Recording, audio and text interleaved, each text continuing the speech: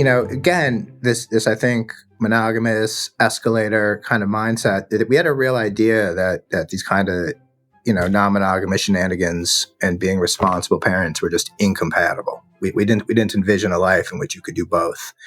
And so because we wanted to have kids, because we wanted to have successful careers, because we wanted to do these things, we just had this idea that was a phase that we had to give up. And so we went to hedonism, like, all right, we're going to get this all out of our system on the shores of Jamaica. We're going to do all the things we wanted to do. And I think we did, really, most of them. And then it was, we're going to shut that down. We're going to get responsible. We're going to get back on the escalator. We're going to do the things that good adults should do. Welcome to Normalizing Non-Monogamy, the podcast where we interview incredible people from all over the world to hear their personal journeys of self-discovery through the lenses of love, sex, and relationships. Our mission is to show people that they're not alone and to inspire them to embrace their true selves so that together we can open minds and live authentically without shame. We believe everyone's story is powerful and beautiful, yet it's important to remember that everyone does life a little bit differently and that the views and opinions expressed by our guests do not necessarily reflect our own. Additionally, we aren't doctors. Please consult a medical professional for anything regarding your health that you might learn about on the show. Enjoy! Well, welcome to episode 335. We're Finn and Emma, and today we have a wonderful conversation with Mara and Mike. They have been together 24 years, and they walk us through in amazing detail, 6 phases of their relationship, which have looked very different over the course of the last 24 years. Yeah, absolutely. I think I've been trying to figure out how to say this, and I wasn't ready when we hit record, even though I hit record. I was like, what? Just that I think the thing that stood out to me through this journey, through all 6 phases, is the way that they've shown, or way that they talk through how they've woven together the individual journey and growth and evolution that each person has gone on, and how that has tied into the relationship, and then how the relationship has fed back in, like just sort of the loop between them, I think is really amazing. It's beautiful. The other thing that I think is really beautiful about this, and just want to say thank you, is when people choose pseudonyms that are alliterative. It's just my favorite. It's really nice. So this isn't that anybody reaching out in the future, you do not have to have alliterative pseudonyms, but bonus points if you do. Thank you, Mara and Mike. Thank you, Mara and Mike, for everything that you shared. We're excited, as always, to get this out there. We think your story is absolutely beautiful. And as Finn said, too, thank you for choosing Mike and Mara. Yep. And with that, I suppose we will just one more thank you to Mike and Mara for coming on, for sharing your amazing story, and for a huge thank you to all of the premium subscribers. All of you get to jump right into the interview now, and the rest of you get a few announcements. Yes. Just a few. Just a couple. First up, if you're not familiar with the premium subscription, it is a way to skip these announcements up front, but still get important dates in the outro. To sign up, go to our website, normalizingnonmonogamy.com, and scroll down on the homepage, and you can sign up right there. Also, while you're on the homepage, scroll up to the top, see the banner at the top. It says virtual meet and greet. It is tomorrow, our next one. Tomorrow, if you're listening to this on the day it releases, April 11th, 2024 will be our next virtual meet and greet. We would absolutely love to have you come join us. These are an amazing time to meet like-minded people and just relax and have fun for a couple of hours on Zoom. Yeah, and then after you've scrolled all the way to the bottom and then scrolled all the way to the top, then you scroll back to the middle and you get yourself a t-shirt. That's your reward. Just explore the website. It's a reward for exercising your scroll finger. You can get a t-shirt, a tank top, a sweatshirt, a long sleeve shirt, any type of shirt. A racerback. That was a thing that they called it. Yep. I don't know. That is true. Racerbacks are a thing. Okay, the other thing we want you to do from that homepage, actually click on the community tab. That's one of our favorite places on the internet. Well, not that tab exactly, but that tab is a gateway to our favorite place on the internet, our virtual community, which we host on Mighty Networks. There's about 300 people from all over the world who are in there all day, every day, supporting one another, building friendships, building community, building connections. And we would love to have you join us. If you are out there looking, that's a tough word. That is a tough word. If you're out there looking for your people, for people like you, for people who aren't going to judge you, shame you, perhaps you just want to hang out with cool, open-minded people, this is your place. you can join us for just a couple bucks a month on the community tab. We would love to have you. We have monthly Q&As and monthly men's groups and women's groups. And just like Finn said, it is an amazing group of people. So we highly encourage you to come join us and check it out.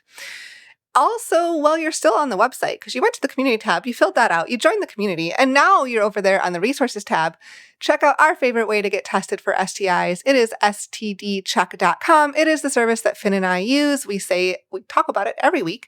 We really love it. It's such a fast and discreet way and simple to get tested for STIs so you can know your sexual health status. Going into the summer is almost here, although I suppose the East Coast just got hammered with like a big snowstorm. I think we're still trying to root for spring here. So some of us are getting out there in the summer. Great time to get tested for STIs. Some of you are locked inside. Well, what else are you going to do? Probably should get tested for STIs. So it's just never a bad time. You can use those links. Again, they save you $10, which brings the cost of a 10-panel test down to $129, and it helps support the show financially. So thank you. And with that, a quick reminder, reach out to us, send us a voicemail, send us an email. You can find out how to do that on the contact page of our website. If you'd like to come on the podcast or if you have any feedback for us or questions, please reach out. We'd love to hear from you. And when you do reach out, remember your pseudonyms are important. Just kidding. Ish. I was like, how serious about this are you? They're not that important. We would love you to come on regardless of what your names are. You don't have to use pseudonyms and you don't have to be anybody famous. You just have to be amazing. Yes. Which you are. Yes. So we'll talk to you soon. Send us an email. And with that, we will wrap up these announcements and jump into the interview with Mara and Mike. I feel like you just played me off at the Oscars. A little bit. A little bit. Welcome to the podcast, Mike and Mara. We are so excited that you're here, and we can't wait to dive in and learn more about you. We would love for you to start by just introducing yourselves. Thanks so much for having us. I'm Mara. I'm Mike. And we have been together for longer than we haven't been together. So we've been together for 24 years, married for almost 20. We've been non-monogamous almost the whole time. Through different phases and different ways of exploring that. We love your podcast. We're huge fans and super excited to be here. Awesome. And as we talked about before you got here, a little nervous. And so as fans and listeners, I think, Mara, you said you've listened to all of them. Is that? I don't know if I can say all of them, but maybe most. You can say that. That's fine. Well, that might be a lie. Most. All right. So, then maybe you've heard us break down the nerves in this way. We start with a question that is very divisive, and that is around how are you familiar with a grilled cheese sandwich? We had somebody from Portugal on a few months ago who was not familiar with the sandwich, so we had to change sandwiches. But grilled cheese, yes, familiar. Yes. We are, yeah. Yes. When you cut your grilled cheese, do you cut diagonal? Do you cut like straight across, or do you do force? How is your grilled cheese cut? Yeah, I cut it straight down vertically down the middle. Okay, but that's wrong because Correct. Diagonal is clearly right. I agree. He's just trying to be combative here. See how divisive this is? Yeah. It is a very starting wars. That's right. Yep. The answer is diagonal because it's better for dunking in tomato soup. According to you. Mm. Yeah, now that we do it different. Depends on the bowl of soup, though. If you have a big bowl of soup, you could dump. A cauldron. And the perhaps? bread that you have, too. Like the... Yeah. Fine. Shades of gray. All right. There's room for all kinds here, I think. That's right. Well, beyond your sandwich preferences, you said you've been non-monogamous almost the entirety of the time, maybe. What does that look like today? And then we're going to get in the time machine and go back in time and figure out what happened at the beginning to get us here. You want to take that? Sure. Yeah. So Mara actually, in planning for this, outlined the 6 phases of our relationship so far. Excellent. Yeah. Very graphical. I love it. Yeah. So I guess we'll start then with phase 6. Yeah. Phase where 6. we are, Perfect. where we are today. And today we're actually maybe diverging a little bit. I kind of identify more as polyamorous today. Do more solo and independent dating, kind of looking for meaningful connections. So although we still date together sometimes and have some connections in common. And I think Mara is much more exploring some of her bisexual feelings and sides. She likes turning friendships into friendships with benefits and finds herself in dungeons, I think, and exploring a little more kink. I'm not in a dungeon, but I'm interested in shibari and thinking about rope stuff. So dungeon tangential. Tangentially dungeon-esque. Yeah. I love it. That's amazing. And we're going to get back to that point and talk a little bit more about what all that looks like. But yeah, let's go back in time to how did non-monogamy first come up for the two of you? Was it part of your worldview before you came together, or was it something you fell into together? No, I wouldn't say that we knew anything about it. And it's funny looking at like the breadcrumbs of our trajectory. We first started dating in 2000, and he was like a surprising puzzle to me because I thought I was going to be dating like a long-haired musician. Which I'm not. My hair is short, so I don't play any instruments. He's not that at all. So anytime I like went home for the summer or traveled abroad, I just kept breaking up with him because I kept thinking I was going to find my long-haired musician and just wanted to keep my options open. And while I was gone, Mike like met other people and dated other people, and I ironically never did, but I would come back and he would have had all these other experiences and would take me back because why wouldn't he? You're great. we weren't gonna say, but yeah, why wouldn't he? and then I don't know. It was probably, I guess that was our senior year after graduation. College, we just decided to live together. So that was phase one. But, I think it's really important. Probably like most people, we didn't have the terms. We didn't know, right? With non-monogamy, that's not a thing, right? What you're supposed to do is go to college, find a job, find a spouse, you get married, you settle down, you have 2 kids, you have a white picket fence, you live in suburbia somewhere, right? You let your bank account grow and, you become a soccer dad or whatever it is. And that's what's supposed to be life. So, it was really interesting. We were dating and Mara would break up with me and she'd just be really open about it. She'd be like, you're pretty good, but I think I can do better. And I'm going to Boston for the summer. So I don't know if that was that mean. I'm going to go. I'm like, yeah, that makes sense. You probably can. So good luck. We'll see you later. But then just like she said, she wasn't really interested in dating other people except a couple of experiences. But I was. Like I was getting a lot of experience. And then she would come back like, oh, but I still like you better. So yeah, let's get back together. That makes sense. A pivotal moment is before we graduated college, one of her ex-boyfriends was a year above us and was graduating. And she was like, hey, Mike, would it bother you if I just maybe made out with him a little bit just to see if there's still a spark between us? So that's when I knew that something was like a little bit different about us, right? We were entertaining And he was questions. like, sure, but I'm not going to stick around. Like, you do whatever you want to do, but I'm not like going to like wait around for that. And I was like, well, that's not really worth it, I guess.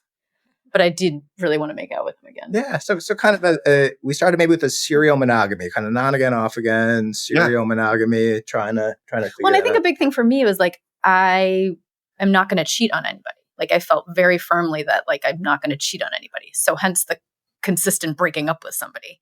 Like I'm not going to be in a relationship and have anything else happen. Yeah, I think I would just want to say like the communication is pretty amazing. But to say like, I would love to make out with this person, and Mike's like, go ahead, but I'm not going to be here. And then you're like, all right, well, all the cards on the table, I get to make a decision. Like, what's greater than that? You get to decide, well, I can do this thing and maybe lose Mike, or I cannot do this thing and we can keep doing this. Like, everybody knows what everybody's going to do. Right. Like, I don't know. I think that's really refreshing. And you played it really well. Like, if you had been like, no, you may absolutely not do that, I probably would have done it and broken up with you. So, but it's better now. Well played. Yeah. It's better now. You can make out with people and still come That's back. right. See? So phase one was college, breaking up, coming back together, sort of exploring and seeing where that goes. And then you're coming out of college sort of with a knowing that things are a little different than our friends, perhaps. Although I would say like after college, we rented an apartment, moved in together, and that kind of launched, I would say, if you're going to use the relationship escalator, like we stepped right on right then. Yeah, I think we were trying to figure out, you thought you're supposed to be monogamous, you thought you're supposed to feel a certain way, you thought you're supposed to do certain things. And so we tried to make that fit. And it was a challenge because Mara was very individuated at the time, and her independence was very important to her. She didn't want to say where she was going. She didn't want to say when she'd be home. She didn't want to be accountable or answerable or anything. But we were also trying to live together and create this, moving towards marriage. And yeah, it was a lot of trying to figure out I think enmeshing is a term I've used. It was like trying to figure out how to enmesh and create this monogamous partnership like we thought we were supposed to. Right. With some resistance, though. It sounds like resistance to It was tricky. Yeah. Yeah, I mean, I definitely remember feeling like a bristling of like, you're trying to control me, you're trying to like tell me what to do. Like, I don't want you to feel jealous. Like, why are you feeling jealous of my time with other people? So there's like a lot of tension around that. And I think, that phase 2 was about 3 years until we got married. And I think at that point, we'd sorted out things and communicated, but we were monogamous that whole time. Those 3 years. Yeah, that 3-year phase. Yeah. And then we segue into phase 3. I think you should talk about that. All right. So we were talking about this. We were preparing a little bit. And so we decided to call this the Sailor Jerry phase of our relationship because it started with a bottle of Sailor Jerry. Which is cheap Captain Morgan for anybody who's not familiar with this phase of life. Yeah. Not that we've ever lived it ourselves, but yeah. Yeah. So this is, you get married, and this is right after that. This is probably a year after we got married. Yeah, we had some disagreement with it right before or right after. We were definitely already But Mara married. says it was definitely after, so it's definitely after. Yeah. We disagree on cutting grilled cheese, but we'll give her this one.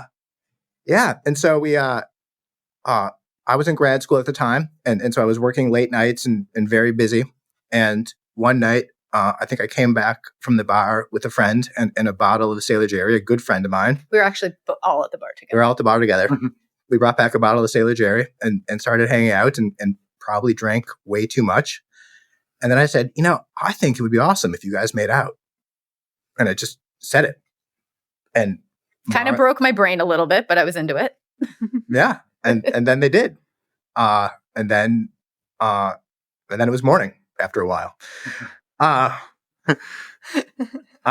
then that caused us to talk about what we wanted and what we wanted to do. And we had this, Mara was just talking about this now. I hadn't actually realized how she processed it, but she's like, I thought it was amazing. It was like the greatest thing ever. Like, I can do this and still be married. That's what I want. Yeah, it was really liberating and eye-opening. I was like, wow, I didn't think that like I would ever kiss anybody else ever. This is cool that there's these options and these exciting things that you can be okay with. Like, it was your idea. That's fabulous. So yeah. And so we decided to try to make it intentional and to be a little intentional about this new thing that we discovered that was pretty fun. And so we got on the internet, and at the time, the app was something called Adult Friend Finder, which I think was mostly just like crotch shots of women and men just sitting there in their full glory and not much conversation or chatting. Yep.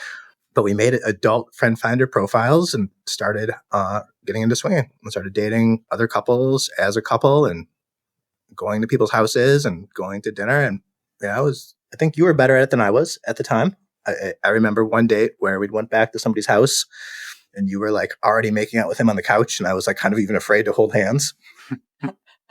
The early days. I just want to acknowledge like how relatable that is. Like, we don't know what we're doing, right? You're on this weird website that doesn't feel like it should exist in a weird paradigm that doesn't feel like it should exist. And nobody's like, it's hard enough. I mean, for me, it's hard enough to like, quote unquote, make a move, like to make a move while two other people are going at it or whatever. It's like, whoa, yeah, that's not a paradigm that most of us are familiar with. No, nobody's prepared for that at all. No. I'm really curious for the timeline just between the Sailor Jerry night and like starting to actually go out on dates and do this. Like, what was that timeline sort of like? I feel like it was like a couple months, maybe. Okay. I don't know. I mean, I think we just felt this. We were what, 25, 26, I guess. Yeah. And we just felt this like, we're in grad school and have time and this was fun and why not? Yeah. was kind of the energy. Yeah, I think. it turns out as we started learning about these, I think a lot of your guests talk about it. I was just listening to one earlier today. A lot of your guests talk about this, that it's almost a discovery about yourself. Like, it's like once you understand this is possible and you start to understand the words and, you walk into a sex club for the first time or you discover a swinging website for the first time, it almost feels like, aha, I'm home, right? These are my people. If only I had known about this before, I would have been doing this longer. It's not like a slow conversion. It's like an epiphany moment. You're like, oh, this is, if I had known this, I'd have been doing it all along. This is who I am. This is what I want to be doing. Mm-hmm. I think it kind of felt like that for us too. It took a bottle of Sailor Jerry, but once we discovered it. And I'm just curious, and you don't need to divulge all of the sailor's secrets, but that evening, was it just kissing, or did the evening include more than that sort of set this off? Because I can also just see like the jump from like, well, we made out with a friend to we might be like starting to hook up and take this to different levels. To be very honest, there was so much Sailor Jerry that I can't quite remember. Got it. Fair enough. But we were all up in our bed. Yeah, everybody woke up without clothes on. But I think there was enough Sailor Jerry that everything wasn't. Yeah, there were some obstacles. So the sailor's secrets are sealed forever. Right. Very good. Very good. Perfect. But yes, no, there was definitely everybody everybody was still there in the morning, and there were no clothes involved. Yeah. Amazing. Okay, so you start dating, you go out, and you're starting to meet people. What? Yeah. So we're still in phase 3. Yeah, dating as a couple. Yeah, dating as a couple. Yeah, very, very exclusively. And that was very purposeful. Is we had a lot of conversations at the time about that we needed this to move us together. We needed to feel like it enhanced our relationship and needed to enhance our love for each other. It was a way that we were trying to, expand our sexual interest and passion for each other and some curiosity and some excitement, but it was very purposefully designed to be bringing us together and maintain us together. So always together, always in the same room, always on the same page, always with lots of discussion. Yeah. And it was really successful at like enhancing our relationship and sparking more excitement and was really fun. In what ways? Like, if you'd be willing to dig into that a little bit, like in what ways did you sort of see that fuel you two? Well, I think I'd learned that it's a huge turn on to watch him with another woman. I really enjoyed that. That was surprising to me. I wasn't sure how I would feel. And then it was like, oh, wait, I actually kind of like that. So being in the same room and having that experience was hot. Super hot, right? Like live porn with your spouse. It's nice. Yeah, I mean, it's like a bird's eye view, like almost a voyeuristic thing. Like you can't see yourself, so like seeing him with someone else is kind of that a little bit. Yeah, I don't know. Yeah, cool. That's awesome. Like in just having those experiences and bringing you to like, I imagine after in phase 2, it was like trying to fit into like this relationship escalator monogamy way into this was like refreshing, something new. Like this is possible and it can bring us together in a different way. Yep. Yeah, and it's really interesting. There's a dogma in the swinger world or in the couple swinger world. That 4-way connections are really hard to make, and we just got really blessed. We've gone through this a couple of times now, and at least at first for us, it was not hard to make those 4-way connections. It just everything felt really natural. It felt really easy. It felt like every time was a great time and just, meeting the best people and having the best experiences. And so it's like having like the awesomest, sexiest hobby with your partner, right? You're like on this adventure together. You're always hitting hole-in-ones, right? You're always, coming up over the mountain and seeing the most beautiful vista. It was like everything just was really, I think, going pretty well. Yes. That's a lead up to the fact that it didn't always stay like that. Yeah, it turns out they actually are hard. But we Well, bask in phase 3 for a minute. Yeah. That's right. That's right. This is the one. This is the phase that worked. Yeah, well, all the phases worked. There's been some ups and downs, of course. But, so we had to move. I finished graduate school. We moved across the country. We moved to the East Coast. We stayed on Adult Friend Finder. We just moved the location and still used that for a while. And then, we started thinking about having kids, and we decided we wanted to culminate it in a trip to hedonism. And so we went kind of all out, went to Jamaica, did all the pre-planning, going to meet people that we'd already talked to online. And I think I had a really good time. It was really fun. It was great. I mean, I saw it as like the last hurrah. It was like in my mind, it was like, this is the last fun I'm ever going to have before I have kids. So, yeah. It was great. Yeah. We had a really good time. So that was kind of the end of phase 3. That was the end of phase 3. And then shortly after that, got pregnant. Not there. Yeah, well, that was a big part of my plan, was that they were going to be very separate phases. So there's no question. Yes. Yeah. So phase 4 started with kid 1. And yeah, that's a long phase. Phase 4 is about 12 years. Again, this I think monogamous escalator kind of mindset, we had a real idea that these kind of non-monogamous shenanigans and being responsible parents were just incompatible. We didn't envision a life in which you could do both. And so because we wanted to have kids, because we wanted to have successful careers, because we wanted to do these things, we just had this idea that was a phase that we had to give up. And so we went to hedonism, like, all right, we're going to get this all out of our system on the shores of Jamaica. We're going to do all the things we wanted to do. And I think we did, really, most of them. And then it was, we're going to shut that down. We're going to get responsible. We're going to get back on the escalator. We're going to do the things that good adults should do. Yeah. Mm-hmm. That's what we did. For a couple of years. And we wrote it for a long time. Yeah, for a couple of years. Well, so we had kids. We ended up with 2 kids. They're 3 years apart. And we did pretty good at being monogamous for a while and getting really serious. And then we started finding this thing where we'd have a normal dinner party and the kids would go to sleep. And then we would just try to get our friends drunk and naked. You should own this. I would try to get our friends drunk and naked. Pretty successfully. We were actually really good at it. But the thing now is to be ethically non-monogamous. And it turns out taking people who are trying to live a normal vanilla lifestyle, getting them really drunk and tricking them into getting naked and screwing around isn't ethical at all, right? That's just definitely not the way you should be doing it. No. It is not a kind of way to go through life. It confuses people. It confuses us. It confuses them. It's not, I wouldn't recommend it. So we stopped doing that. Yeah, but we did. We had these years where that's kind of what happened is we would try to be monogamous. We would try to be, live the life we thought we were supposed to live. But then, a New Year's Eve party or, whatever, just the kids were gone for some reason. We'd have these kind of outrageous, events that just really didn't quite fit into that mold. And so after a few years of that, we really decided that just didn't make sense. It wasn't nice. It wasn't the way we wanted to do it. We didn't want to screw up our friendships.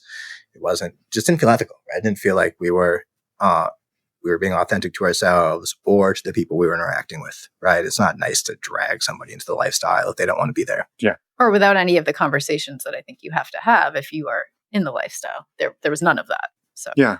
I mean, I want to say I appreciate you two sharing this sort of part of this journey, because there are a lot of people that we've talked to and that we do talk to just in our moving through the world where that is, they'll get started there. That's a very common place to get started. Yeah, we got drunk with our friends and we made out and stuff happened and we didn't know any better. We just did that for years and years because we, like you said, there's not the words, there's not the common language or the structure to be able to do this in a way that is, I want to say keeping everybody as safe as possible, that everyone's opting in, so I'm grateful that you share this and I don't want to say owning it, sure, but just that was a part of the journey and that it really didn't work, that you've seen both sides of it and experienced both sides. And I'm really grateful that you shared that. So thank you. Yeah. And I still kind of hope if you come over to our house, you feel like it's a safe space to get naked for the first time if you want to. That's totally okay. If anybody's listening, you're still welcome to do that. Yeah. Well, I think that's a great point, because to be honest, I can see where the dream is really that it doesn't have to be so taboo, that you can come over, that you want it to be. I mean, I could say for me, it would be fun, right, to have that ability to be fluid in life where you can come over, have a couple of drinks, get naked, fool around, go home, and it doesn't blow up anybody's life. That's maybe a little bit of the dream, creeping in there, but right. It's tough to do it in that way so fluidly without talking about it. Right. And that's, I think, the issue is that as our goal is to have a community of friends who are in the lifestyle and have these kinds of conversations already, and then you're already at that point. But these were all friends who were not having those conversations or even having these thoughts in their heads at all, which made it really tricky and impossible to. Yeah. We actually have been to, or I guess I've been to a couple, you've been to one events recently where, it's all non-monogamous people, by design. And those events are so much fun for just that reason, right? You kind of already know everybody's done the work, everybody's on the same page. You can be a little bit flirty, you can be a little bit more careless with your words, and those kind of communities are really amazing and hard to find in our experience, but really amazing when you do. And so I think that is the dream eventually, is to have these things less compartmentalized, to be more comfortable with being out, to at least be able to be authentically who we are in more spaces. Yeah. But it's still, I think it's still a challenge. That's why I like that. That's why I like your podcast. That's why I like the work you guys are doing. Is we really want to normalize these things. And yeah, I appreciate that. And too, even in those spaces where it is all perhaps non-monogamous people, like the possibility is there, but it's not a guarantee, right? Like you could go the whole evening and it's just a little bit of flirting, or maybe nobody's feeling it and nothing happened. Like it's sort of the possibility is there without the expectation or the pressure. Right. Which I think is really awesome. Like I'm learning that I haven't been to very many events like that, but the one that I have was really, really fun without having that pressure of like, you're not going on a 4-way date with the expectation of like, things go well, this and this, but if it doesn't, then you have to be like, oh, sorry, and feel bad. And we got a babysitter. How could you do this to us? Yeah. Right. Well, yeah. Well, we're gonna get to that. We've had phase 5. I understand. Yeah, that's coming. Yeah, definitely that's coming. Yeah, absolutely. But no, it's true. But just because you're open to something doesn't mean you're open to something with them, right? And that's a real, I think, important caveat. But even still, I find, and we were talking about this earlier too, in our talking about this podcast, is I find that openness in this way provides a lot of openness in lots of ways, right? People who are open about relating are probably open about food. They're probably open about spirituality. They're probably open to new ideas. And they're just fun people to be around, right? It's just, there's an energy in the room and an excitement in the room and just, a way of engaging with life and themselves that I think is really fun. So even if we're not going to have fun in like the close off sort of way, I think it's still, it's just great to have that energy around and those people around. And they're usually really good, exciting people. Yeah. Almost like just the openness, of their personalities. They're open to anything in life, right? And that yields usually cool stories, cool adventures, cool people. That doesn't matter if the clothes come off or whatever. Yeah, right. That's exactly right. All right, but you weren't there yet. You were. We're still in phase 4. That's we right. didn't know any of this. Yeah. So I've seen all of my friends' wives' boobs because we've gotten them drunk, and it doesn't feel good. Right, started to not be great. So we move into phase 5. So I think it probably started with our 40th birthday. We rented a house, invited a bunch of these same friends, which I don't know, maybe this is still phase 4 because it's transitioning. Yes, it's a gray area. It's all the same people, but maybe they were more into it or they knew what to expect. Well, anyway, there was a hot tub. Well, no, one of our friends actually set this up. Oh, right. Yeah, no, because he knew. Yeah. So we rented a couple of houses for the weekend, all on the same lake. And he had sent out an email saying, it's Mike's 40th birthday. And mine. I'm sure we have our birthdays at the same party, but he wasn't worried about it. He's like, I'm sure Mike wants to see all of our, a lot of boobs. So we're going to have a naked party on Friday. And if you don't want that, come on Saturday. And so it was already kind of prearranged. I hadn't seen the email. I had no idea. I was kind of amazed when the party turned naked on Friday, but it was all prearranged. It's a very, very exciting birthday. It was very fun. Yeah, so that was a really fun weekend with our friends, and I feel like it was like a taste of like flashing back to like what we'd done before kids. So it was like, oh, this is exciting. Like we're getting some of this back. And for some of these friends, it was like the craziest thing they'd ever done. Like, what? We're like naked in the hot tub. So that didn't feel inappropriate like some of the other things had.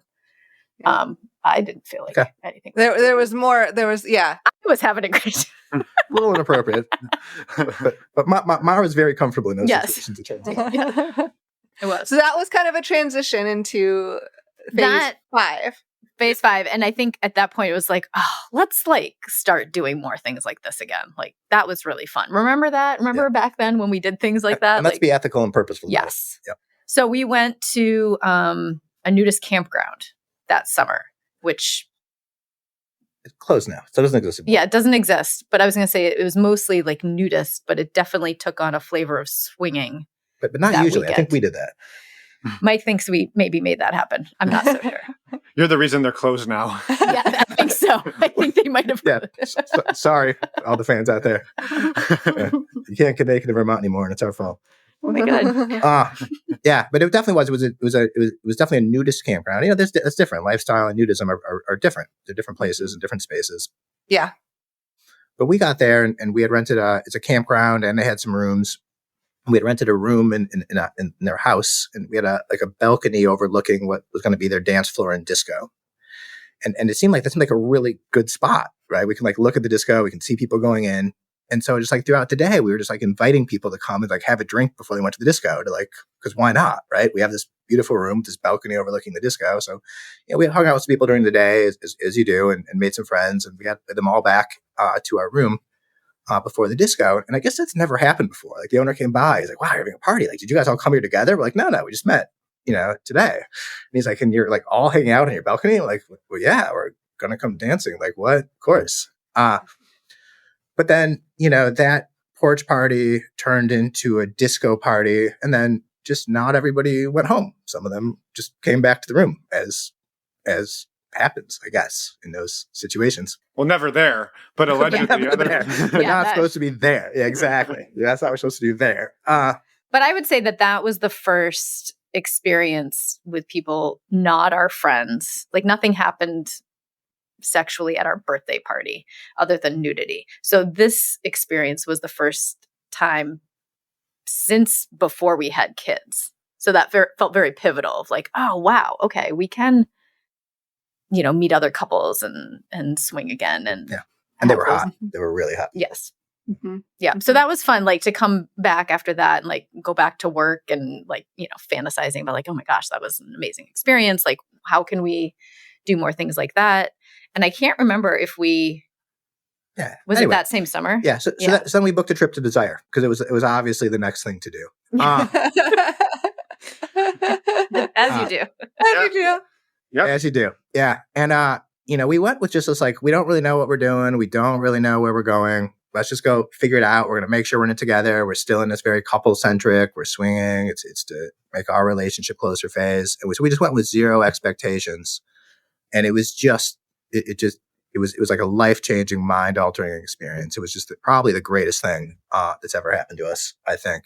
It was really fun. And again, we're still in this magical phase where four-way connections just fall off trees and land in your lap, almost literally, right?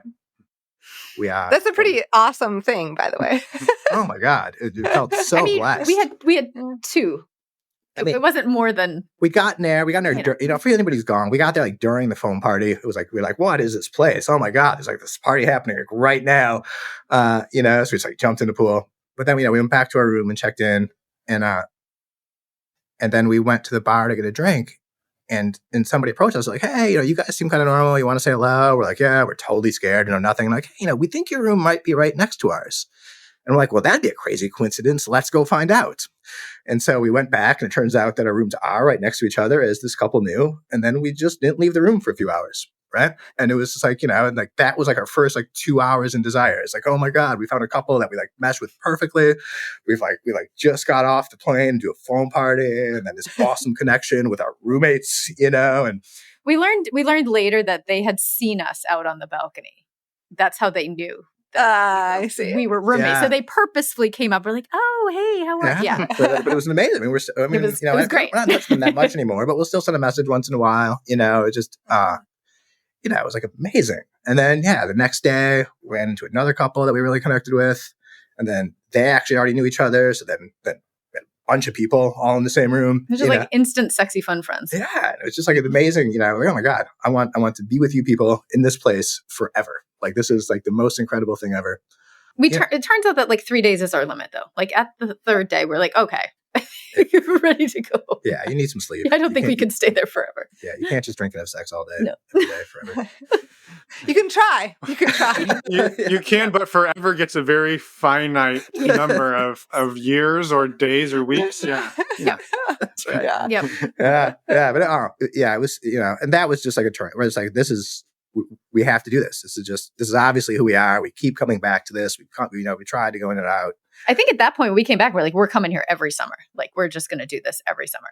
Yeah. I mean, you know, and we got back on the apps at that point, no longer Adult Friend Finder, but but we're still on SLS now. We got like full back into swinging, and just the whole thing. Met a bunch of friends, some of whom are still friends. Got a couple of comets, kind of from that phase who will drift apart and drift back in. We just saw some the other weekend. So yeah, really pretty successful phase. Yeah, things were going great, really, really fun. And then April 2020. Well, before we hit that terrible time of life, I was just curious, was it mostly going to Desire was sort of your outlet for this, or were you also going on dates and kind of exploring when you were at home as well? After we came back from Desire, we started going out on couples dates. Okay. And did that throughout the fall and winter. Yeah. Again, using the apps and trying to meet people. It was so this is also where we discovered that four-way connections can be kind of tricky. They don't always just fall out of trees onto your lap.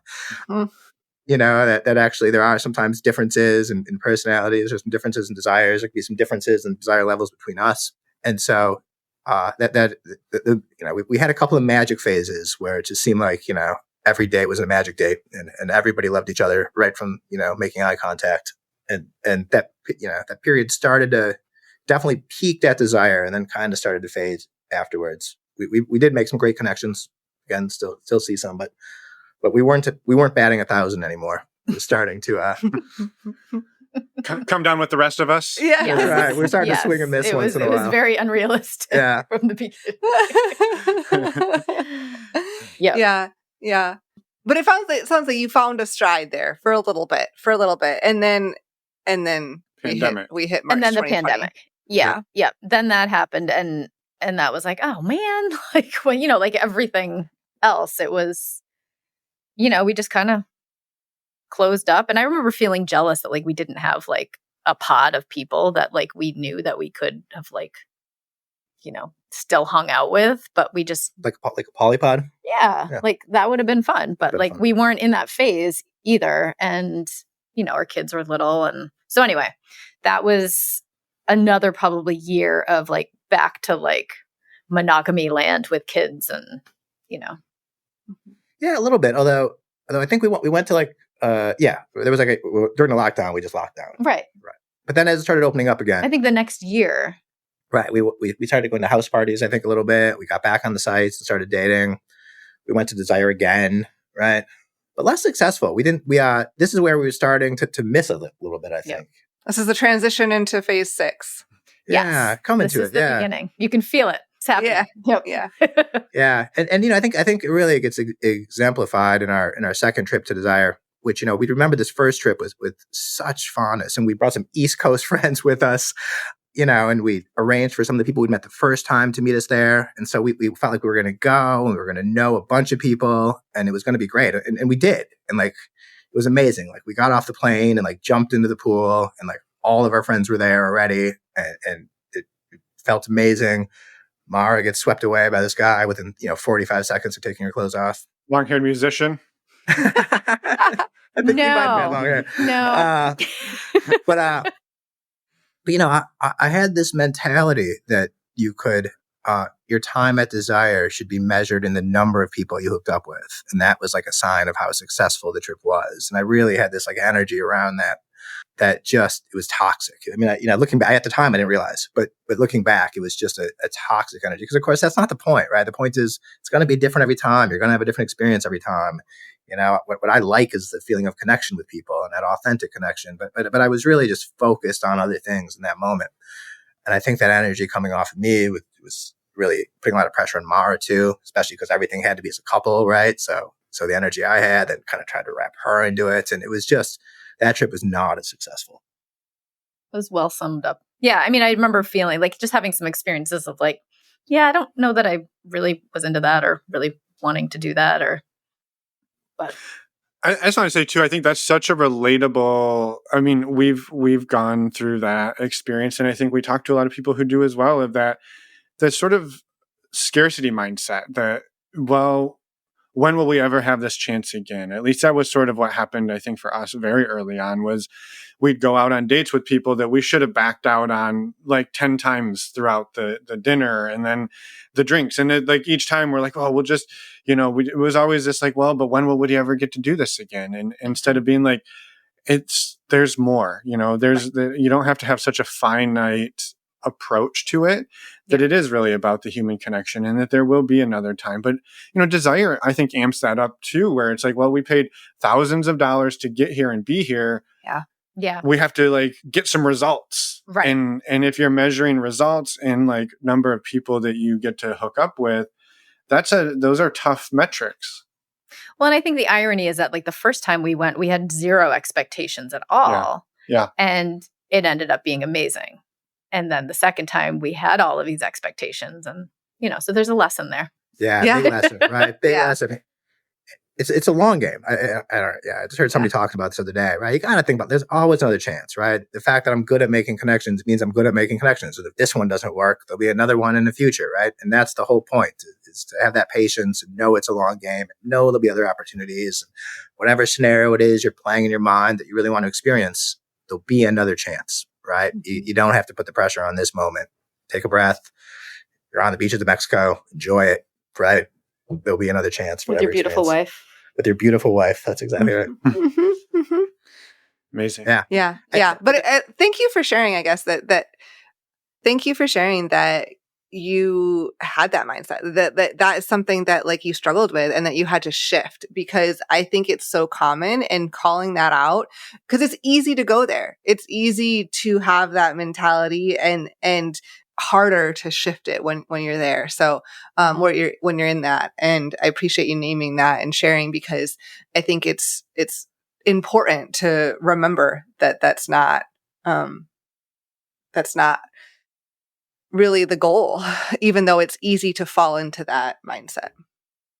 Yeah. And I wish I could say I got past it in a weekend, but I didn't. Like, I really brought that energy back home with me too. Like, it became a real problem. We're still on the apps. We're still trying to date as a couple. And I'm still bringing this energy of like, hey, I'm super busy at work. I took tonight off. Like, this is what we're doing. We got the babysitter. Like, we're going to go do this. And I'm like, yeah, I'm not really feeling it. I'm like, what are you talking about? Like, we've just had 2 drinks, have a third one. Let's go. And she'd be like, nobody, what are you doing? Not this. Nope, not now. Yeah. So I think I got better at being assertive of, no, I'm not going to just like, what's the expression? Take one for I'm the not team. going to take one for the team. If I'm not into it, I'm not into it. And so I would say that, should I talk about that? I don't know. We're in that phase. I have some notes here in my chart of our phases. Yeah. I mean, I think something that's been like going on with me this whole time is just this like inner conflict that I have of feeling like I'm leading 2 different lives. I have this whole side of me, and then I have a more professional mother side, and they don't feel like they can blend and be together.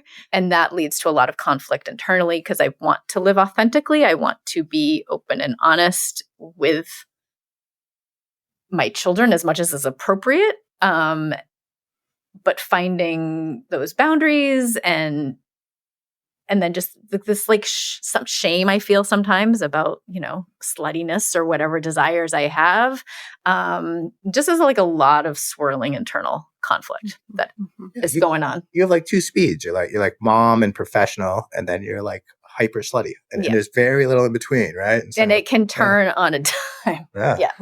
Yep. That's me. Yeah. So as you're struggling with that, kind of, I also feel like that plays into this next phase.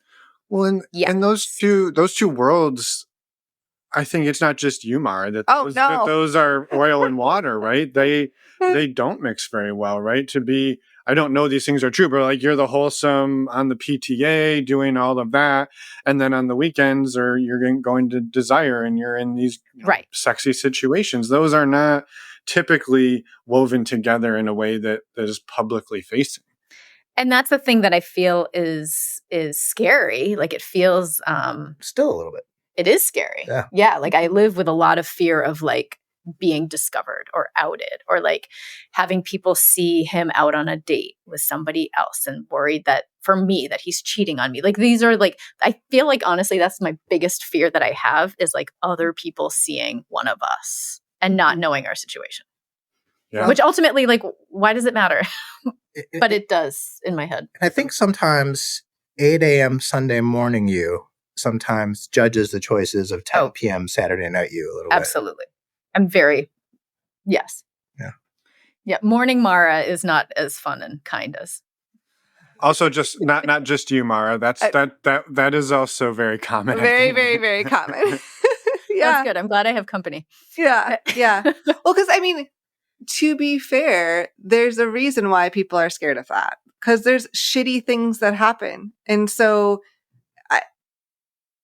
and figuring out how to live authentically within that space, it takes, you got to push against culture and society often. Right. And that's not easy either. No, I feel like I made well, I guess this is more, we're talking more phase 6 here, but that's okay. This is the transition into phase 6. Yeah, we're transitioning. That I have had this line between, this world and work world and feeling like they can't mix. But I was at a happy hour with some coworkers a month ago, and she just as an aside mentioned she was on this certain app, which I was like, oh shit, that's the app I'm on too. Like, is she going to see me? Like, how's this going to go? And she also casually mentioned something about like non-monogamy and not feeling sure that monogamy was for her. And I just was very aware that it was in this pivotal point that our friendship could go two ways, and I could not say anything and it would just stay very surface level, or I could, drop this huge bombshell on her. And I decided to go with the second one. I was just like, hey, so funny thing, and just kind of told her about me and Mike. And it's been awesome for both of us. I feel like that was kind of pivotal. She has started like, coming up with these cool ideas of like a magazine about like openness and sexuality. And like, I felt like just to like have a friend that I work with that feels like it can blend those two worlds together helps me with that feeling of separateness. Yeah. That, okay, it doesn't have to be something that I'm like ashamed of at work. I can have certain people that I decide to share this with. Yeah. Yeah. I'm so glad you said that. And you said ashamed. And that was like the word that kept coming up for me is that we go into these environments and we can't be our whole selves and we hide that and there's shame and we're afraid, well, what's going to happen if somebody finds out? And then, when you find the other people who are your people, even if they're not exactly your people, but they're enough of your people, they're like, oh, we know the same language, we know the same words, we get it. Like, that's so freeing. Yeah. It's also true, the shame is funny, right? Because there's all this societal pressure.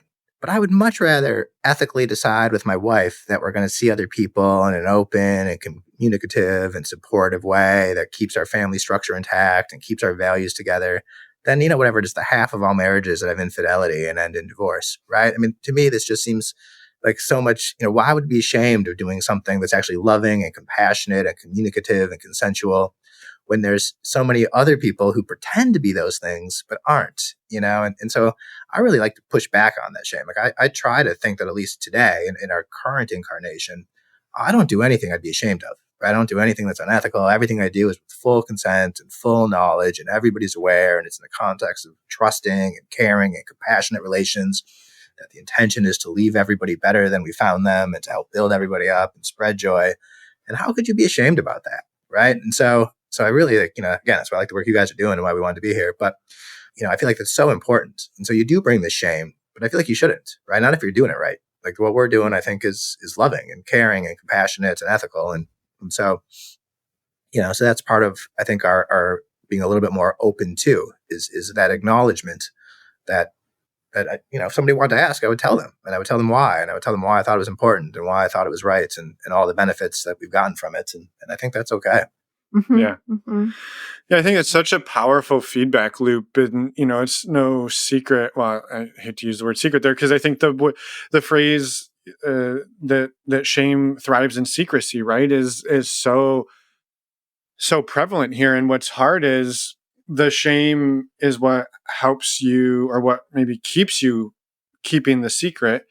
That's right. Yet the secret is what fuels the shame. And so when you can be a little more out with it, and then what you said there, Mike, was like really amazing around, I'm not doing anything I'm ashamed of, right? Like these are not things I'm ashamed of, and yet we're still afraid to talk about them. But if we could talk about them and be like, actually, no, I'm not ashamed of this. I'm proud of this. And then if other people can be like, yeah, you don't need to be ashamed, Mike. Like that thing you're doing is cool or whatever.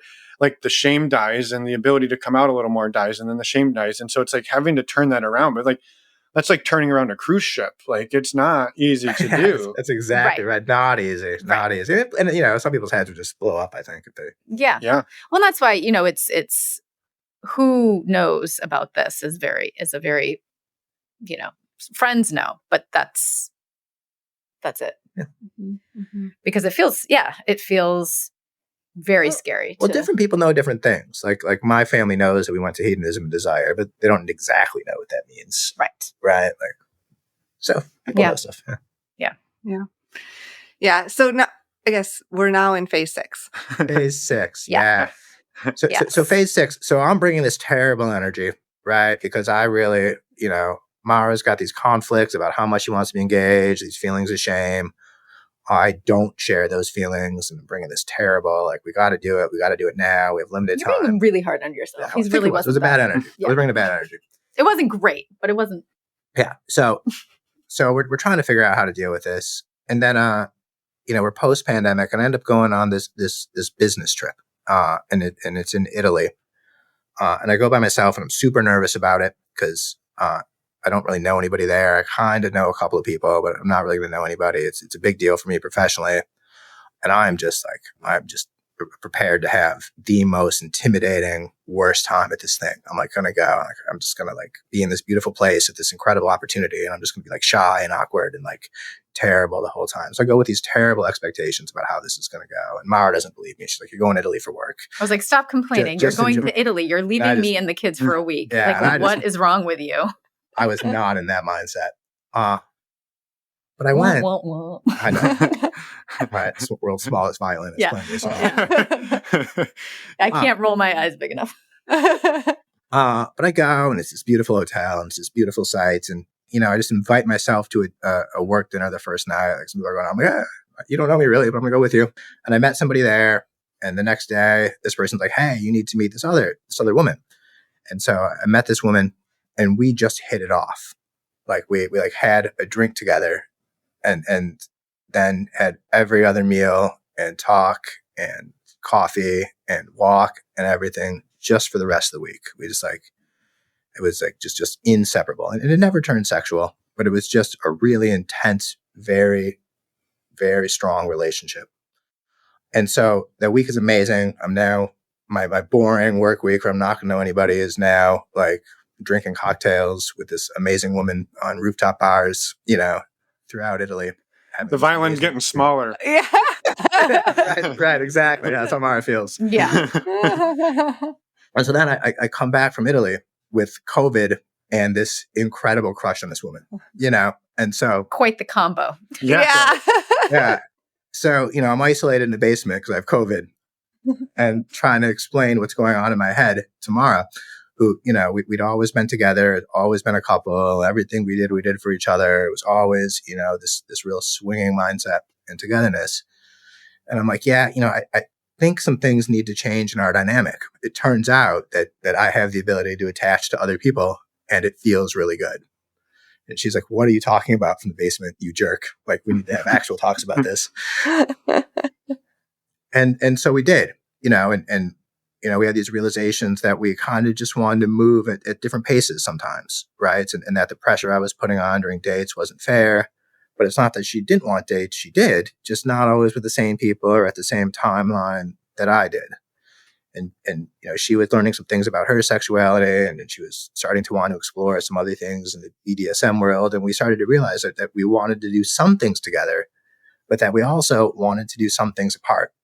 Right. And so that's kind of our phase 6 is, it started with this strong, really platonic, well, maybe more than platonic for me, but what ultimately ended up being a platonic relationship, helping me understand that I wanted those multiple connections, and that really felt really good for me. The new relationship energy, the established relationship energy, having multiplicity in my connections felt really good. I think Mara will talk about it, I'm sure, but I think she's still a little bit afraid of those strong emotions and connections. Yeah, we have a very different mindset about connection making, which I think is why phase 6 makes sense, because his approach is very different from mine and like what I'm looking for. So, I mean, I feel like when he did broach the subject of like, maybe we should date independently and like see what that looks like. You didn't mention this, but I was very quickly to be like, oh, okay, sure.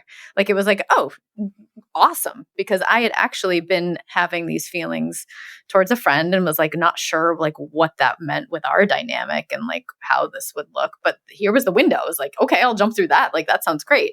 And then it was only after that that, you know, he's clearly still grappling with a lot of feelings for this person that it was like, wow, this is complicated. Like, I don't know how this is going to pan out. I don't really know what this means, because I think you thrive off of the new relationship energy and those connections. And Well, it feels so good. that, not for me though, like I have an avoidant personality. So the more somebody is like, oh, I like you, I want to see you more, the more I'm like, whoa, hey, like I had fun, but like, let's just like hang out every now and then. Like and that, you know, could maybe unpack that.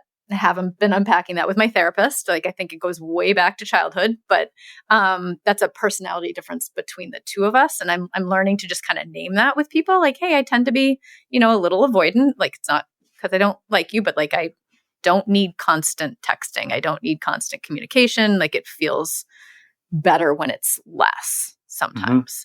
And so realizing that about myself and knowing that like there were some situations that we got into where I just withdrew very quickly. No, like just ghosted, just like no conversation, just because it felt really uncomfortable and scary. Like, oh, nope, not doing that anymore. Yeah. So, but you did have interest in separate connection, but like you're just sort of the way that you connect is not the same way Mike does. exactly. Mhm. Exactly. Yeah. So like I Not like, always. not always, sometimes like, Yeah. but I tend to like party situations. I mean, I guess the term swinging, I think I wish there was a better word, but Yes. that feels fun and Mhm. no, you're not committing to something bigger. And yet I have very close friendships and relationships that feel really important that I also would be okay with if there was more sexual Well, intimacy. I think you've explained that your ideal situation would be a bunch of our friends at a party and everybody just casually has sex. Yeah. I already know them. So I'm not going into a situation where I'm like meeting people. Like I go to a place, I already know everybody. Everyone's on the same page. You have fun. You like go on a bike ride the next day and maybe don't have sex, or like it just is like this community of, yeah, that would be awesome. Yeah. Sex, bike riding, same in your world. Yeah. Yeah. Yeah. Relatable. I think what's interesting with that is that because you do care about these people, right? And it's not that you want to have, and again, no shame for anybody who's like, I don't even want to know the people. I don't want to have any care at all. But it sounds like you do want them to be friends. You want to care, but maybe you don't want to be the first person they call when there's a thing that happens and like, can you come bail me out? My car's on this. Like, not that you can't do those things for a friend, but you don't want to necessarily be somebody's primary go-to support system. You want to Right. be their support system as sort of a friend level. Exactly. And I think that's my big fear, is that like without the awareness for myself and the communication to other people, that somebody might assume I am more available for something that I'm not. Like with our kids, with my job, like right now in my life, I just don't feel like I have any availability for another serious relationship. That just feels impossible right now for me. Not saying it wouldn't ever, but just like, I just can't conceptualize how that would look. And so I think it's a little bit tricky at times because Mike feels differently and feels feelings differently. So grappling with like that tug and pull of like, is this okay if I feel differently and he feels differently and we're doing things differently and we're still coming back together? That's, you know, fortunately we communicate really well and pretty much talk about this stuff constantly. So. But there is, and I don't know if you guys relate or if other people relate, but there is, when we're in our situation, kind of looking at each other and trying to compare. Like, should I be doing it their way? If they're doing it more than me, is that okay? If I'm doing it more than them, is that okay? If I'm connecting stronger but less often, is that okay? Like, is it okay? Like, there's just like kind of like a tit for tat kind of comparison that's hard to get outside of. Yes. Yeah, especially, I mean, in any relationship, but especially, I feel like, especially when you've been together a really long time too, like it's easier to go to that of like, wait, I can do something different than my partner, and that's okay, and I know that's okay, but it's like it's easy to have that comparison for sure. Yeah, and then that's coupled against our like actual family responsibilities also, right? So so I have a couple people I'm trying to fit dates in with. But then, so I kind of view independent obligations to those people, but Mara kind of sees them as all coming out of her bucket and the family bucket. And so it becomes, there's like calendaring becomes tricky, and understanding what evenness looks like becomes tricky, and understanding, she's like really resonating right now. Yeah. Finding ways to talk about all of that and figuring it all out. Yeah. Well, I loved what you said, Mara, a minute ago about sort of it. And I think we kind of both, like, I think I said, it's like, you don't want to be responsible in that way. I think there's also a part that is just, I can't be. Like, the structure of life today is I can't be that who for people, or maybe even two people, because I have kids, I have a home, I have a job, I have a husband. So to say, but I still care. I still care about you. We might wake up to the next day together and say, well, I'll probably not talk to you for 2 or 3 weeks, but that's not because I don't care about you. That's just what life is. And if people know that going into the night, like, we're going to wake up tomorrow, maybe have breakfast, and I'll talk to you in a month, they get to opt into that. Like, okay, yeah, that works for me, or, well, hey, I need a little bit more than that. Okay, great. Then we probably shouldn't go to bed together, because we're going to wake up in very different places, and that's not going to go well for either of us. So I think that's just the reality sometimes, is our capacity is what our capacity is. Yeah. And I think just I feel like that's the growth that I've been going through this year is learning that language and feeling that comfort and assertiveness to have those conversations and name. Because I think before that, I didn't really know what I want. I just kind of was like in experiences and like going along with stuff and then reacting to things without the tools to, front load a communication about what I'm looking for and what I want and what I need. So it definitely feels more empowering right now, more so than I ever have in my past.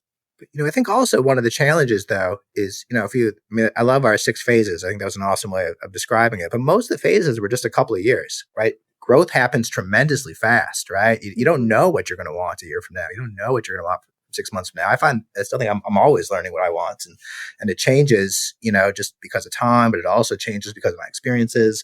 There's things I didn't think I wanted, and then suddenly I have them and I really want them, right? Or, things I thought I wanted, but now that I have them, I don't want them. Or, I think it's just, life just changes, and growth happens so fast in this kind of thing. And I think that's another thing that's tricky for me, that's uncomfortable. Like, change is super uncomfortable for me. And I feel like I should have things figured out and know what I want and where I'm going. And I think the more I can get comfortable with the fact that, like, I don't have to know, and I'm not going to know, and I'm just like here right now doing what feels good right now, and tomorrow it might feel different, like, that will feel better when I can fully embrace that mindset. Let go, ride the ride, right? Yeah. Well, which to be, I think, in my opinion, is riding that ride of constant change when you are, and this sounds harsh, but when you're tethered to somebody else and you're both growing and changing in these maybe sporadic ways. And so you're just like kind of these two chaotic people bouncing around trying to figure it out, but you're also linked together like that. You're running into each other, you're running each other over, you're pulling each other apart. Like, it's just constant. And yeah, we could say, well, it's over the course of years, but it's not. It could be one day you wake up and it's just an epiphany. Like, it happens. Yeah.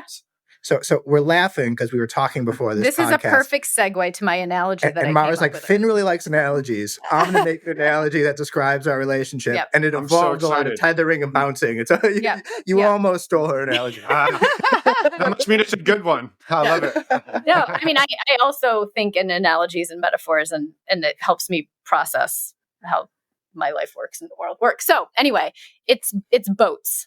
So if you think about monogamy as like a canoe, a 2-person canoe, and you're like, you get married and you're given your canoe and you're like in your boat and you're paddling down the river together, and it's smooth sailing unless someone jumps ship or like you argue over which way you're going. But I feel like that's kind of what we were doing until we decided like, wait, we don't have to be in the same boat. We can have our own boats. And so, just thinking about the fact that like, I might have a paddleboard and he's decided that he has like one of those little play boats in the rapids, and we can be purposely tethered together.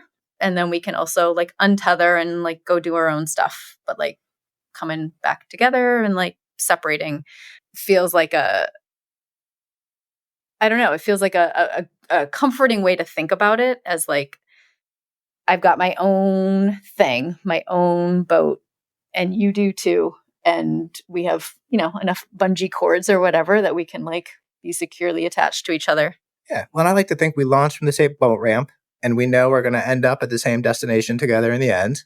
Right. And if I play in the rapids and you pedal along the shore, or we switch back and forth a little bit, it's okay. We started the same and we're going to end the same. And we're kind of going mostly in the same direction most of the time. Yep. Yeah. I think it gets tricky because I feel like right now, like, my job and the parenting feels like big, huge tethers that are like keeping me on the shore. So I'm like stuck there while you're off in the rapids. And I could go there too, but it just feels like I have less freedom that I know I'm putting on myself, but it just feels burdensome at times of like, I don't know. I don't know what I want. But you know some of what you want and you're going after it. Yes. Yes. Including last night. So yes. you don't need this world's smallest violin. No. It's true. And you're figuring it out. Yeah. Like you're showing that like we've been through all of these 6 phases, all of this life experience, and I'm still here figuring it out. Like yeah. I don't know how many more phases there'll be. Yeah. I love the analogy of that though. You're on the river of life together, and you might arrive at certain places at different times with different vessels, with all of the things, and beat up in different ways, but that you're sort of there together. And even if you maybe can't even see each other sometimes, but you kind of have this knowing that you're going on this journey towards a destination together. And I think it's really hard to do. And I think it's also, people are like, well, non-monogamy is so hard. And I look at it and I think, has anybody ever tried to paddle a canoe together? That is an incredibly challenging task. Like, not even metaphorically speaking. We're terrible hard as at hell. it. Totally. We argue all the time. Yeah, it will test a marriage in ways that you didn't think were possible in a boat. And so, like, monogamy is not easier, especially if you're two people who, one really loves paddleboarding and one really loves kayaking. You're not going to have a fun time in a canoe together. You're just not. And that doesn't mean you can't be on the river together. So, yeah. Yeah, that's exactly it. Or maybe even choose to be in the canoe once in a while, maybe for a little period of time. But it's not like you're choosing that for a little bit and then stepping back out. Yeah, we actually talked about that. Yeah, Mara's like, we sold the canoe. Like, we didn't sell the canoe. No. We still get in the canoe sometimes. We still have the canoe. You just have to let me steer. Well, then stop running into shit. Oh, wait, that's our fault. Sorry. You're not supposed. Okay, well, hey, I'll stop coaching from back here if you stop running into stuff. That's right. That's right. So you're in front. You're supposed to tell me. Yeah. I didn't know we were going to talk about that relationship divide today. Sorry, we brought up some things. Good luck. No, I love it. I love the analogy too. Thank you. Yeah. I love this journey we've been on with both of you today. And I also, since you both are listeners to the show too, I feel like we would not do our jobs correctly if we didn't ask you about a blooper. and if you have one you'd like to share. So I don't know if this is the same one Mara would share or not, but we were on one of the apps. We were going out to meet a couple, and we met them at a beautiful restaurant. We were overlooking the water, and we had at the time we had prearranged signals. So Mara was supposed to grab my thigh hard if she wanted to leave. So I was having, this was during phase 5. So I was having a great time and full speed ahead. Right. And I found this woman attractive, and she wasn't wearing very many clothing. And so I wasn't paying a lot of detail to the conversation. I was just kind of taking in the beautiful sights all around, and nobody was grabbing my thigh. So I thought we were like good to go. And so, dinner's wrapping up, and, the bill is coming, and I'm like about to say, so do you guys want to come back to our place, or what's happening next?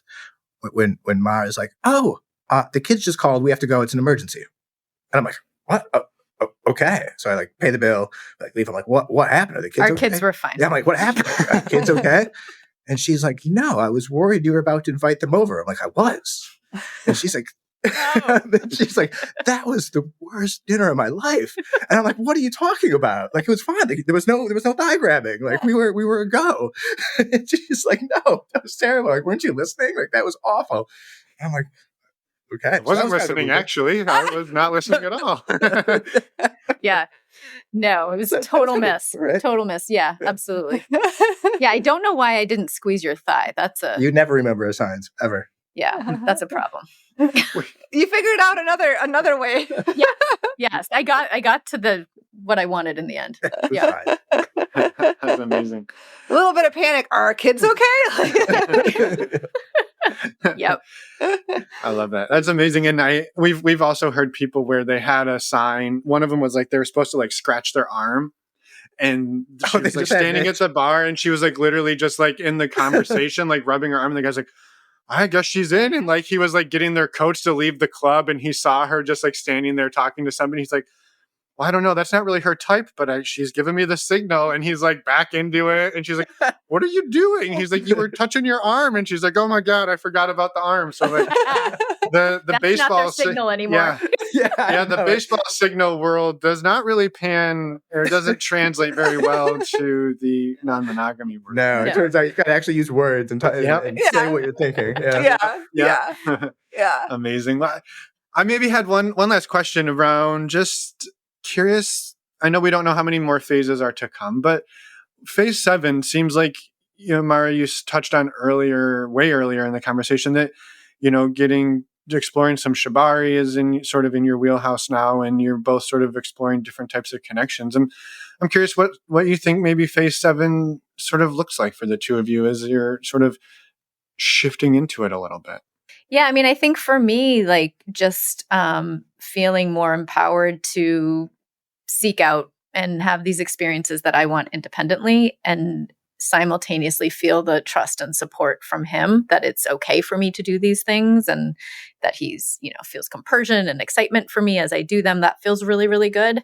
I think it's harder for me, when I'm doing my own thing, it feels awesome. And I know there's lots of people who can relate to this. It's harder when it's flipped and he's going out and doing things. I feel like it's a work in progress of feeling like I have my own tools and my own things to self-soothe and self-care. And because the goal is that I want to support him as equally as he is supporting me, and to feel that compersion and excitement for the experiences he wants to have. So that's what I see phase 7 is, just like a sinking into more of a comfort with that world. Yeah, I think it's hard. I started out our relationship really very jealous. I was a jealous person during our early monogamous phase, and that wouldn't have worked for our marriage at all. Mara was fiercely independent, and so I think I got past a lot of my jealousy during that phase, and so I'm not that jealous anymore. I'm just really authentically happy for her when she makes connections and goes out and does things. Obviously there's, you get the little stomach jitters once in a while, but for the most part, I'm just really authentically happy. But we didn't have that same situation in reverse, right? She didn't have that same opportunity. So, and I've just been asking some ridiculous things lately. I'm going on vacation with some guy friends going skiing, and then I'm coming back and leaving that very same day to go on a ski trip with the new girlfriend. And that's a bananas thing to ask. I'm I'm going to be gone for 10 days. Good luck with the kids. I'm going to stop home and do laundry while you're at work. And then I'm just going to go with the girlfriend. Is that okay? And that's kind of silly. And then, and the same with a couple of dates that I've had lately. It's just been I've been really professionally busy, and I've also been asking for a lot in the non-monogamy and poly world. So it's been like kind of a selfish phase for me, and so I recognize that, and it's been a little challenging. But I do hope to find a way to integrate that better, and to find, I do have some connections that are emerging that I want to explore and deepen, and I want to find ways to make that consistent so that Mara can get all of her needs met. My family obligations can get met, my needs can get met, and I can be a good partner to other partners too, and somehow find the time and energy to integrate that all again, because it's so important to me that I'm a positive force in all my connections, right? And everybody is benefiting from the relationships we're all in, and so trying to make sure that we can create that structure, and I think we will. We've talked about that. We're going to be 80 years old. We're going to be holding hands. But there might be other people holding our hands too, right? It's in around the same space, and there might be some coming and going, and hopefully that's where we're headed. I'll be Mara's husband, but maybe there's some other lovers around too. Mm-hmm. Mm-hmm. Yeah, it's phase 12. Phase 12. Yeah, no, it's amazing, and I just appreciate everything you both shared in that, because I think we can't know what phase 7 brings, or how long it lasts, or how hard it is. And yet you two have co-created and really lived an amazing time together of varied experiences, and like doing it in ways that like you were like, yeah, that wasn't ethical. That didn't feel good. And you can reflect on it later and be like, well, we need to definitely change. And, inevitably we're going to do more of that, right? We're going to do more phases that are like, that wasn't good. Like, what the fuck was I thinking? Like, even at phase 8, 9, 10, right? That it's I think part of the human experience is to go through that. So I'm really grateful that you two shared with us everything you have, reached out and is vulnerable. It's a very human story, and I'm really grateful for it. Yeah, well, agreed. Thank you for having us. And I can say that it does feel really good to talk very openly about it, as someone who's like, oh my gosh, I don't know if I should talk. It feels good to share my story. So yeah. And not only was it just really fun to be here on the podcast, and I think we both really enjoyed it and talking to you guys, but also I just want to say one more time that you guys are doing great work. A lot of podcasters are, but you guys especially. I think normalizing non-monogamy is exactly the right concept, is exactly what needs to be done.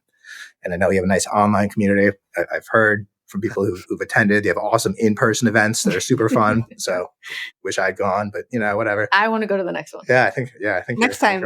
Yeah. Well, we expect it.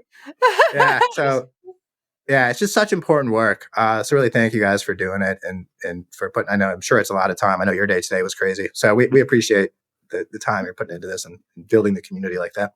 Thank you. Yeah. Well said. Yeah. Our pleasure. And I mean, be just one more opportunity, Mara. You just said like you don't get to speak that openly for both of you. Is there anything you want to throw out in the world right now while you've got the microphone and all the ears? Oh, that's a lot of pressure. Yep.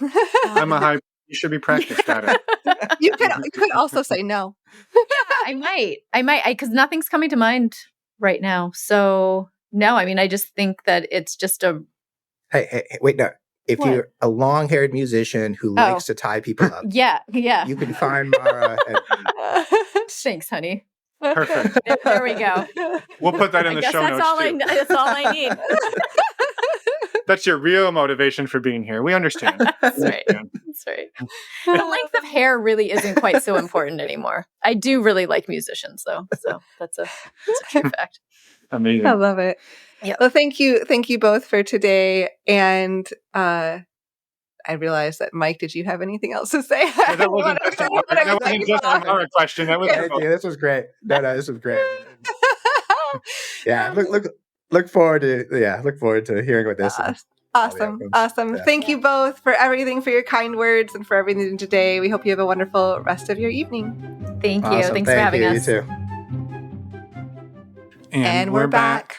Go for it. No, it was perfect. Perfect harmony. Thank you, Mara and Mike, for everything today that you shared. We're, as always, excited to get your interview out there, and just thank you for being vulnerable with us as well.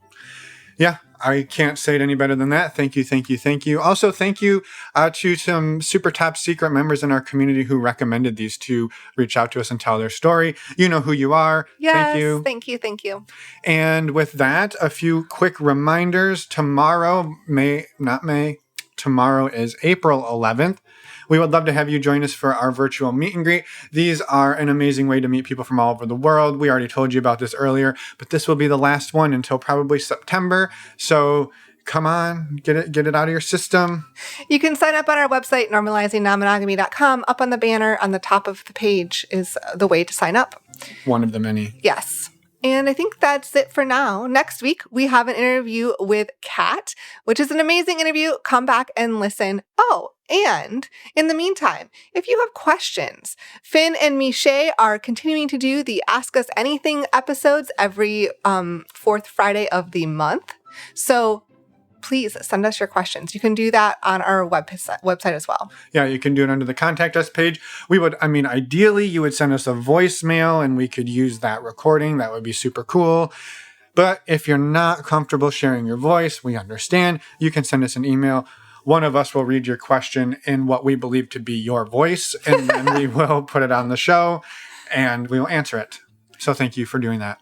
And with that, come back and listen next week with Kat. Otherwise, have a wonderful weekend, everyone. Got anything else? No, I'm trying not to steal your line. Bye, everyone. Thanks for listening.